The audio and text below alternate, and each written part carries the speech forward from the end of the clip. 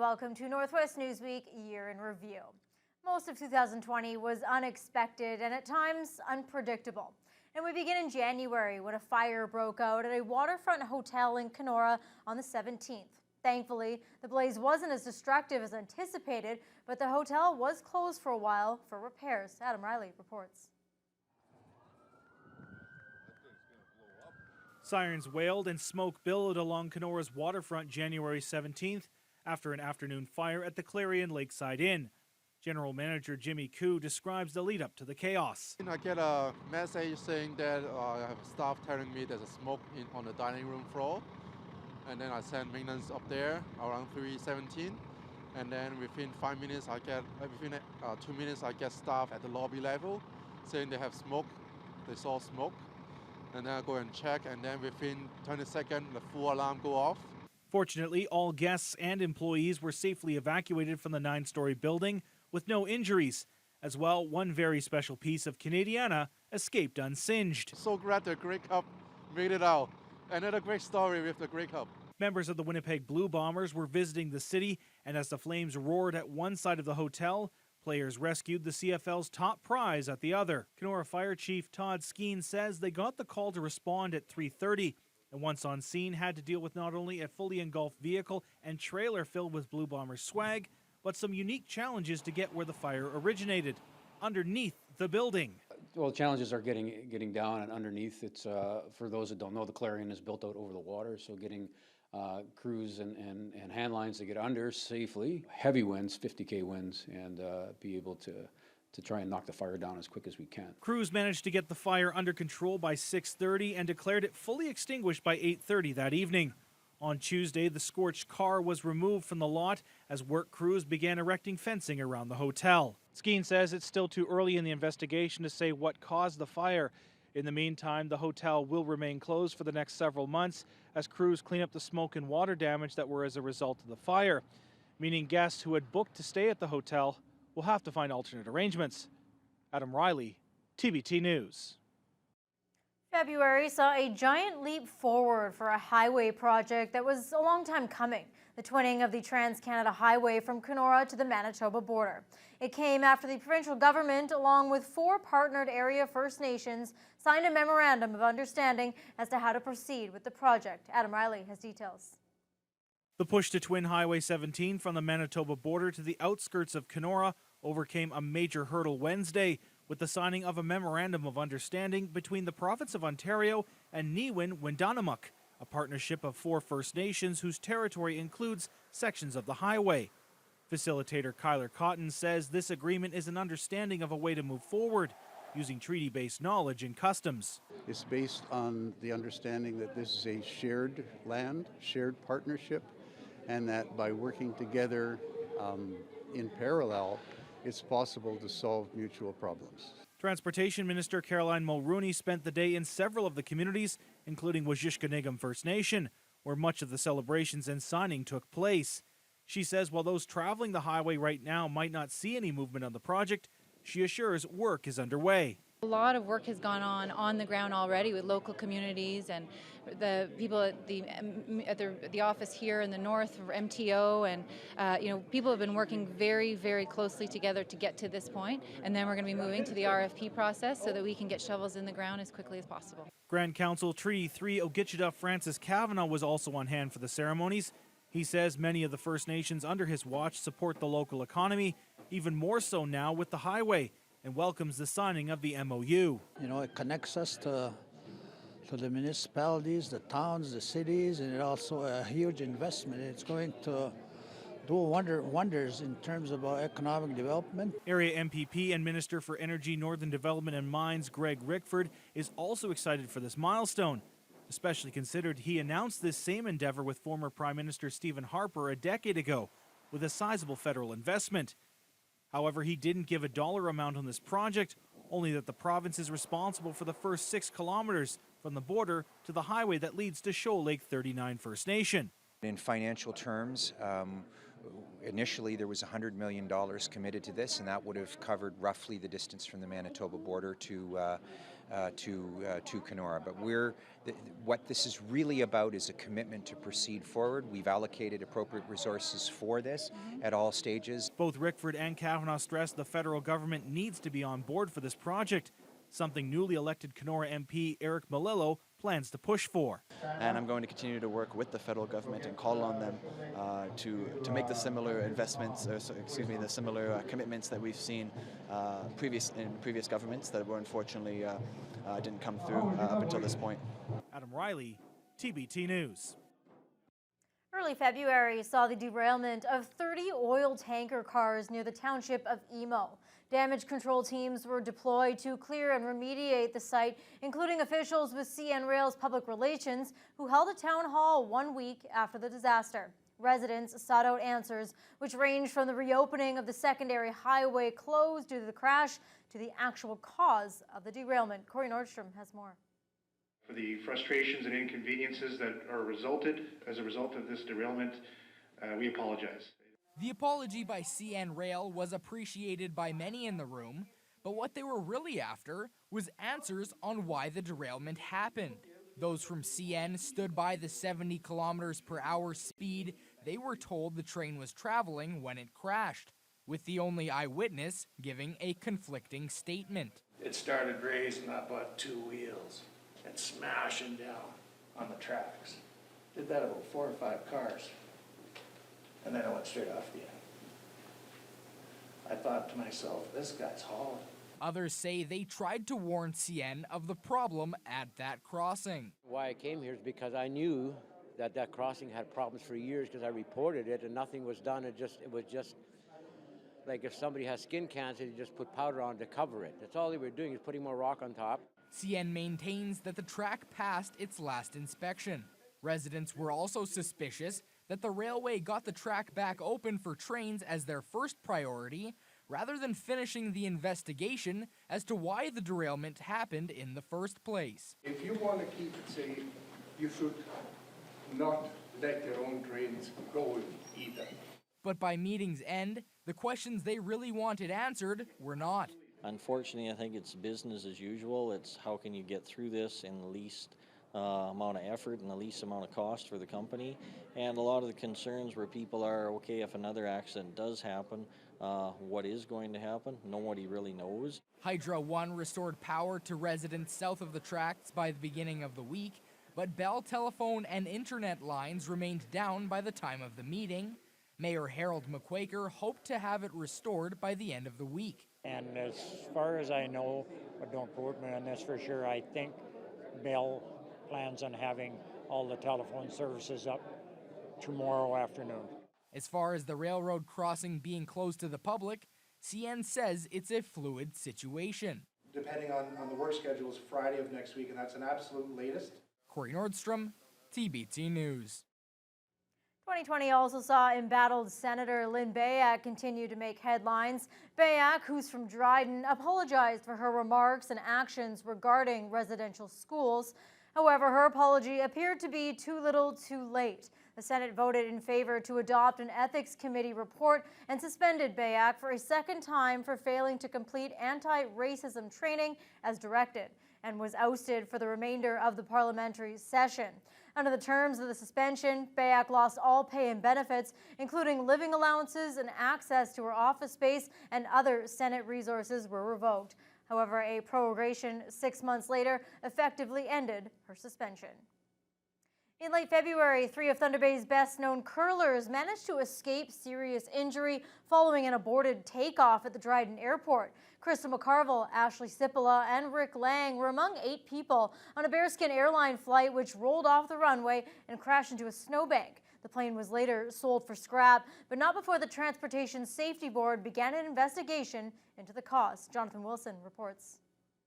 The incident occurred just after 4 o'clock local time Monday at the Dryden Airport. Officials from Bearskin Airlines would not return our calls requesting comment, but according to OPP and the City of Dryden, the small plane carrying 6 passengers and 2 crew members was picking up speed preparing to take off when it lost control and left the runway. Thunder Bay's Krista McCarville was on the flight and describes what she witnessed from inside the plane. Next thing I knew, I just looked and we were taking a sharp turn on the runway, and I could tell we were heading towards the snowbank. So my immediate reaction was basically just to try to brace myself for, hitting the snowbank. Among the other passengers were McCarville's curling teammate Ashley Sipola and their coach Rick Lang. They were on their way back to Thunder Bay after a fourth-place finish at the Scotties Tournament of Hearts in Moose Jaw, Saskatchewan. McCarville says everyone on the plane was in shock and very shaken up, and Lang took the worst of it. The propeller hit the snowbank and shattered, which came inside the plane, and he had multiple shattered propeller pieces in his hand. And so he did go to the emergency just to get that removed. The initial call actually came in to us as a propeller explosion. It came in as a fire and with a propeller explosion at the airport.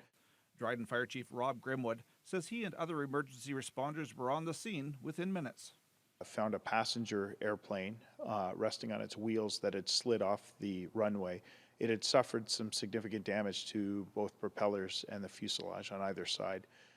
When I got there, there was an ambulance already on scene, and airport staff were working to evacuate the occupants of the plane and treat injuries, none of which were life-threatening. EMS paramedics checked out everyone who was on board and tended to Lang's injury. McCarville says they all got rides back to Thunder Bay, including Lang, and she says his hand is sore but not seriously injured. The married mother of two says it's a harrowing experience she'll never forget. Probably today more than ever it's setting in. I was just in so much shock of what had happened, and just the thoughts going through my head, and just the scare of it all. It was very scary, and I was shaking quite a bit. But yeah, I mean, you take flights, all the time. You never think something like that would ever happen, and it did. Dryden OPP conducted the preliminary investigation, and the cause has not yet been determined. The Transportation Safety Board will be continuing the probe into the crash. Jonathan Wilson, TBT News. When we come back, COVID-19 makes its way to the Northwest.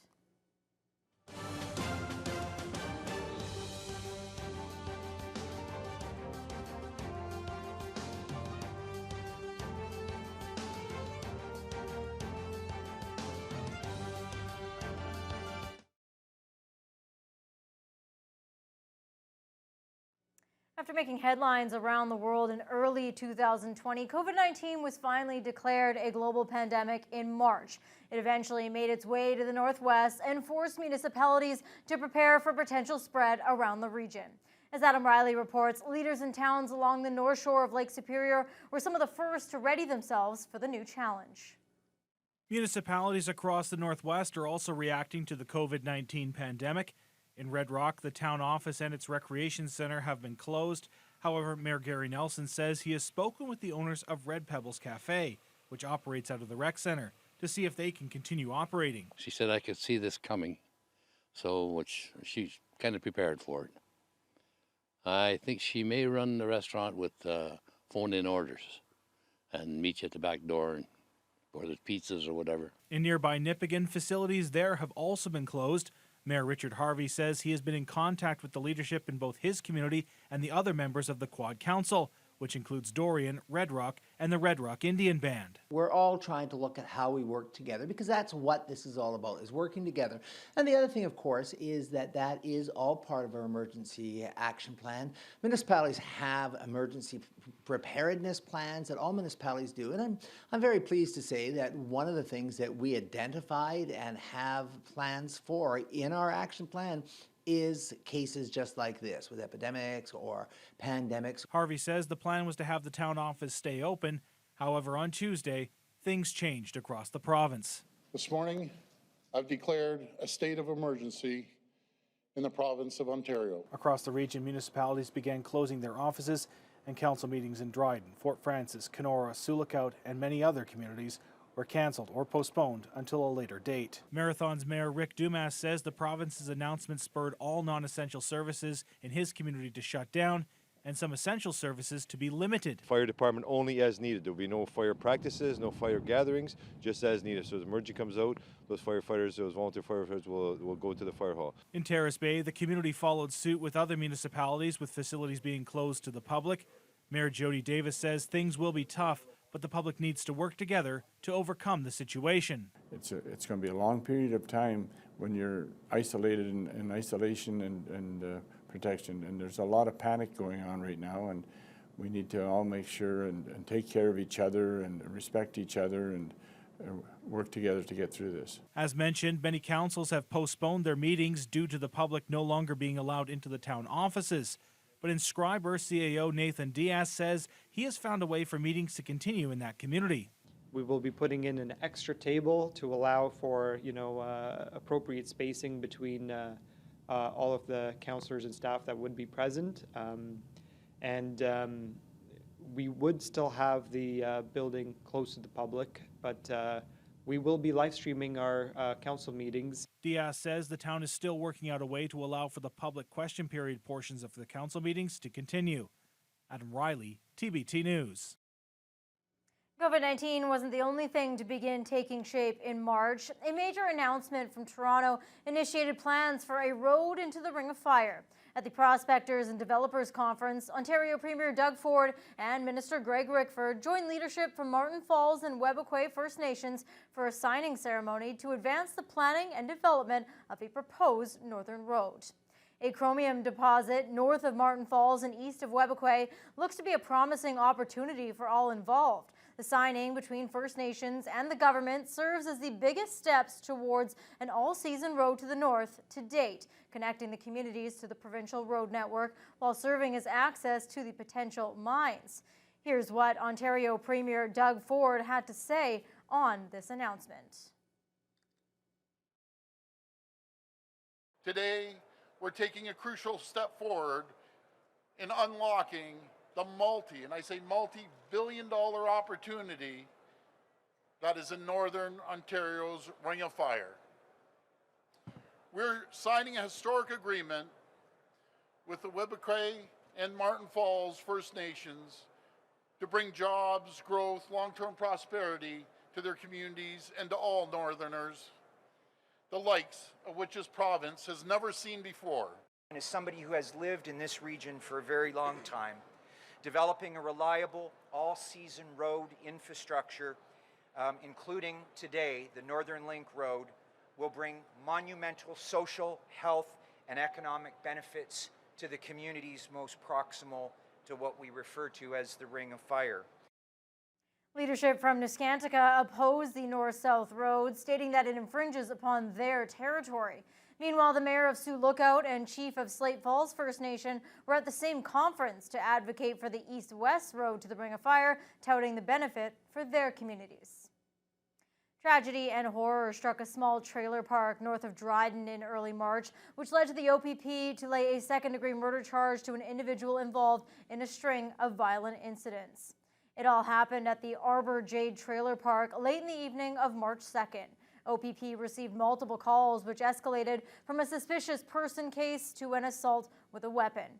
Over the course of 8 hours, officers discovered 5 people who had been seriously assaulted, including one person who was pronounced dead at the scene. The victim was identified as 78-year-old Mervyn Harvey Brownlee. OPP located the suspect, 36-year-old Justin Desatel, and at least one officer was hurt while making the arrest. Acting Sergeant Patrina Taylor Hertz says Desatel initially faced charges including attempted murder and assaulting an officer. He appeared in court on the 11th of March and he was rearrested on 2 further charges of attempt to commit murder and second-degree murder. And he will appear in court again on the 16th of March. Taylor Hertz says the case has been a very complex one, and even though an arrest has been made, the investigation is still ongoing. A second person also passed away as a result of injuries sustained during the incident, and Desatel received another second-degree murder charge. Coming up after the break, a deal is made in Grassy Narrows. Stay with us.